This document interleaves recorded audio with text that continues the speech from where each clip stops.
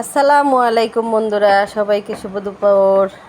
আজকে আমি এখানে কলমি শাক নিয়েছি। কলমি শাকের নরম ডাঁটাগুলা দিয়ে শাক রান্না করব, আর শক্তগুলাকে দিয়ে ছেপা রান্না করব। আসলে কলমি শাক কি বাজার থেকে কিনে খেতে এত ভালো লাগে না, যেটা মাঠ থেকে তুলে এনে খাই। মাঠের কলমি শাকটা খেতে অসম্ভব মজার হয়। আজকে আমার এক বান্ধবী, উনি ওনার বাবার বাড়ি থেকে এই মাঠ থেকে কলমি শাক উঠে আমাকে দিয়েছে।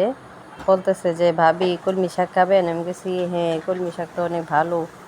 হ্যাঁ, এটা একদম ফ্রেশ, কোনো হয় না। যারা মাঠে চাষ করে, যারা চাষের কলমি শাক খায়, এটা তো তারপরও সার ফরমালিন মানে সার টার দেওয়া হয়, আর একদম ফ্রেশ এই মাঠ থেকে উঠে আনছে। তো উনি আমাকে দিছে এই কলমি শাকটা। আমি ভাবলাম যে শুধু শাক শুধু শাক রান্না করলে তো আর এতটা শাক খাওয়া হবে না, এটা দিয়ে দুইটা পদ রান্না করি। তো অল্প কিছু নিয়ে শাক রান্না করলাম, আর অল্প কিছু নিলাম আলু, কাঁঠাল বিচি, ডাঁটা, বেগুন, কলমি শাক দিয়ে এইখানে আমি একটা চ্যাপা রান্না করব। পুঁটি মাছের চ্যাপা, যেটা এটা আমাদের কিশোরগঞ্জের ঐতিহ্যবাহী চ্যাপা, আর এটা খেতেও অসম্ভব মজার হয়। আপনারা কোথা থেকে কেমনভাবে খান, কেমন করে রান্না করে খান তাও জানি না।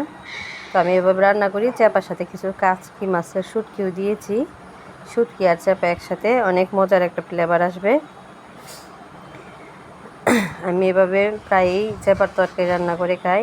বাঙালিদের মাছে ভাতে বাঙালি মানুষ বলেই, তবে কিশোরগঞ্জের একটা ঐতিহ্য যে চ্যাপা দিয়েও অনেক মজার ভাত খাওয়া যায়।